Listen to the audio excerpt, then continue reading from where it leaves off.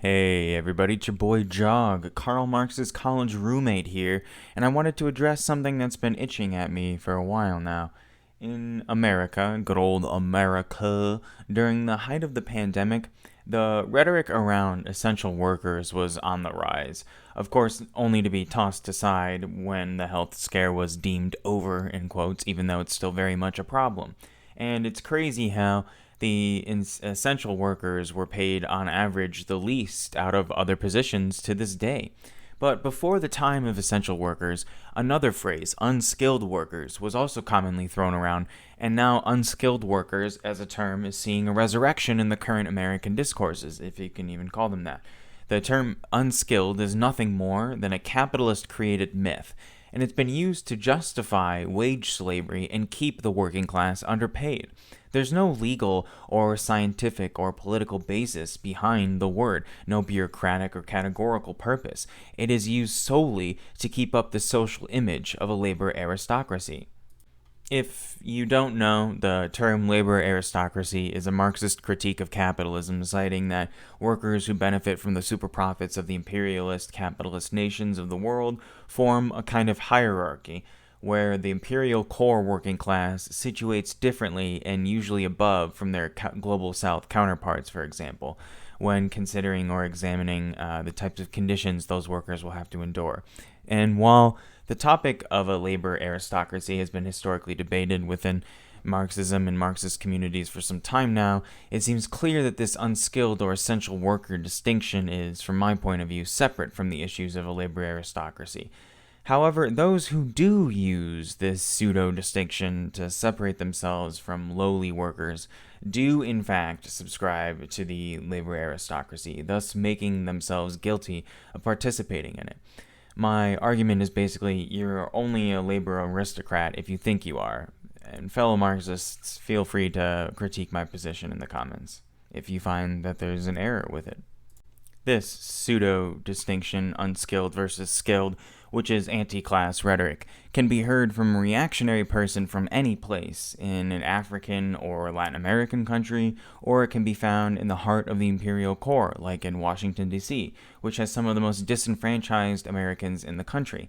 The problems are numerous with an argument claiming that not only does unskilled labor exist, but it also therefore deserves substantially less pay than, say, skilled labor. To start, all labor requires an inherent knowledge needed to do/complete it, as in you can't do something unless you know how to do it, plain and simple. You might hear this unskilled labor term used for jobs that might be perceived as low skill, jobs that might be seen as not requiring a college education or lengthened job training, but this is often far from the case. One might think of a typical example of an unskilled worker is a customer service employee, specifically the food industry, right? A McDonald's employee flipping burgers, custodians at Five Guys, waitresses working a busy Chili's restaurant, a busy chef in a Chipotle or Panda Express kitchen, an overworked manager and her coworkers in other positions. Jobs the average bourgeois elitist wouldn't last a day trying. And dealing with the pressure of this day-to-day at said jobs is no easy feat to overcome. You are regularly berated by customers and coworkers and bosses alike, with high standards and high expectations while being paid a below living wage. A policy of leave your home life problems at the door before the employee starts their shift hangs over heads. There's frequent conflict resolution needed, and the level of toxic behavior customer service workers have to endure from the public alone is thoroughly unnerving. Swearing, yelling, cruel speech, these are all the spices of life in a regular day of a particularly stressful customer service workplace. But why would I stop there? Little breaks of any kind because workers have to adjust to the beat of the drum of traffic around something like dinner rush. Discount on the in-house food is a coin toss. Little to no benefits, no paid vacation, no sick or maternal/paternal sick days, or leave rather, no sick days or maternal or parental leave, right?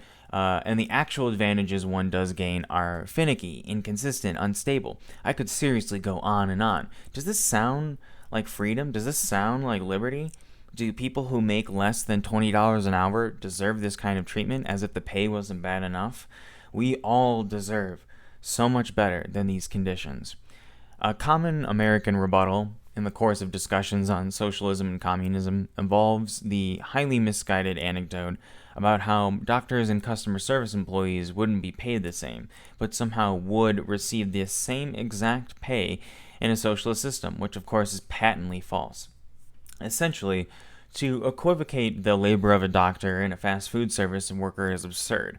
The only reason a person in a capitalist society would be so upset with this equivocation in the first place is because of the money involved. Our capitalist and imperialist and patriarchal and white supremacist societies are directly tied to the dollar value any job within that society has, which couldn't be more immoral and humane of a relationship. But even those in the best of faith might still say medical school is challenging and expensive and fast food training is incomparably quicker and easier. Shouldn't doctors be supported more significantly? In other conditions, I would be willing to agree that occupations like engineering and medicine may have higher precedence, have higher urgency than, say, fast food workers or call center workers. However, this opinion doesn't prove the legitimacy of a below living wage pay, especially for those who are somehow deemed not worthy of the same praise. To be frank, my concession is limited. I don't actually think doctors or engineers do that much more important work than fast food workers or call center workers. And in my mind, this type of mentality only worsens the rest of us. We'll all be arguing with each other about why this or that person makes more than us because of some perception that one job is harder or easier than another, all while those at the top keep bringing in the bankroll. To put it simply, no amount of prestige a job has will eliminate the necessity of stability for all other jobs. Even if this argument was somehow true that unskilled labor can and does exist, it would still never justify paying other workers less than what they're worth, let alone paying them less than a living wage.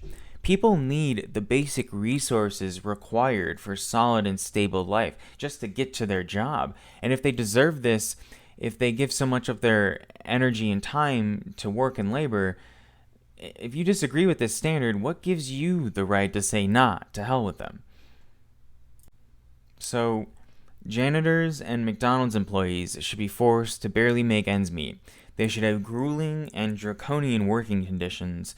And instead of being forced or being focused on the shareholders and investors and millionaires and billionaires running and controlling the show, no, instead we have the middle class or college educated, or really insert any privilege here, and those people, those doctors, those lawyers, engineers, and scientists, marketing teams, and ad agencies, these ooh la la jobs, only pave arrogance and pretension for these workers to separate themselves and their needs and wants from the rest of the working class, from their working brothers and sisters, to see themselves as different and therefore not be held accountable.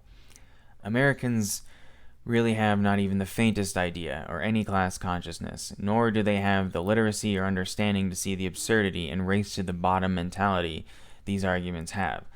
Communists and socialists don't think of labor in terms of its worth and currency. We recognize the limits of currency and how it only operates as a third-party intermediary for the rich elites and government leaders across the world to infringe on the economic relations of workers across the planet.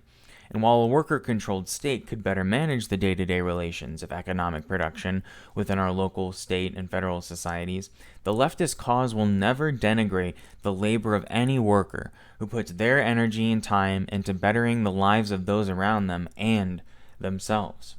There is no such thing as unskilled labor. It's made up, it's not true, and it's only used to keep people from being paid what they deserve. This is wrong, it's a sickness, it's immoral, and it's affecting every way in which we live. This deteriorating nation around us, slowly dying like paint drying, will only go after these workers more and more. The most disenfranchised, the most oppressed people are always the ones who suffer the most from these kinds of toxic working mentalities. And unless we all, from all backgrounds, of all identities and groups, start fighting for each other, start standing up for each other, start standing side by each other, together as one, then things will continue to get worse, possibly worse than what we could ever imagine. There is a despair growing in the average working American mind, and that despair, while a natural conclusion of emotion to feel, is not the end. It is not an organic or healthy feeling to accept the rotting away of our home and ourselves.